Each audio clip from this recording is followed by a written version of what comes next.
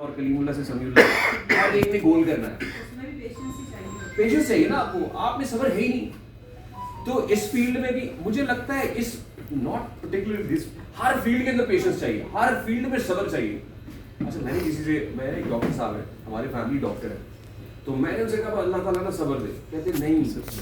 وہاں انہوں نے مجھے کریکٹ کیا, انہوں نے کہا دیکھیں اللہ تعالیٰ سے صبر نہیں مانگنا چاہیے.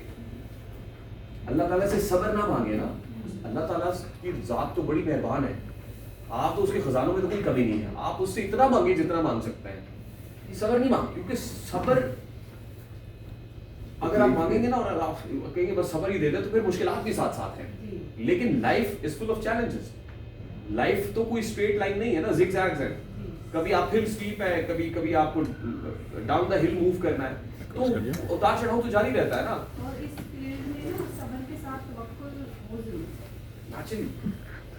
وہ آتا ہی تب ہے, یہ بڑا امپورٹنٹ ہے.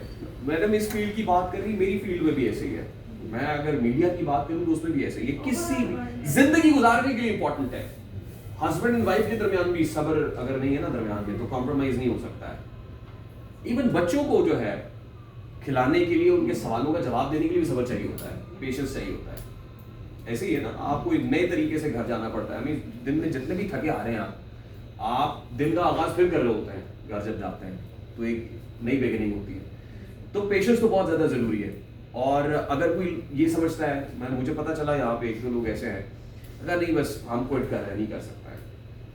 کب کوئٹ کر رہے ہیں؟ 1 مہینے بعد, 1 مہینے بعد ہی کوئٹ کر رہے ہیں, 1.5-2 مہینے بعد نہیں ہو رہا, مجھ سے نہیں ہوگا, 3 مہینے بعد کوئٹ. اور same goes with the content creators.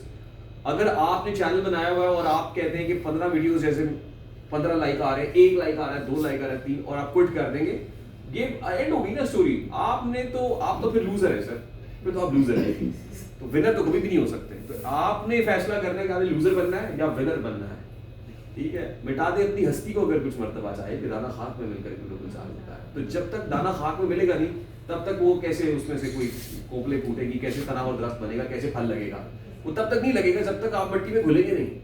گھلنا پڑتا ہے سر, آنکھوں کے نیچے ڈارک سرکلز پڑ جاتے ہیں, طبیعت خراب ہو جاتی ہے. میری ماں کہتی تھی کوئی بات نہیں, میٹرک کر لو, ایف ایس سی کر لو, راتوں کو جاگ رہے ہیں, وہ الجبرا اور جیومیٹری اور ساری کیلکولیشنز چل رہی کر کے پھینک رہے ہیں, کوئی بات نہیں, یہ پھر آ جائے گی. جان تو آنی جانی ہے اس جان کی, تو کوئی بات نہیں ہے. ڈارک سرکلز پڑ رہے ہیں تو نہیں بیٹے ٹھیک ہو جائے گا. حالات ٹھیک ہوں گے نا تو یہ آٹومیٹکلی ٹھیک ہو جائے گا. اس کی کیئر ہی نہ کریں, اس کی پرواہ نہ کریں. وہ لوگ جو 8 گھنٹے کام کرتے ہیں اور جو 16 گھنٹے کام کرتے ہیں, 8 والا اور 16 والا برابر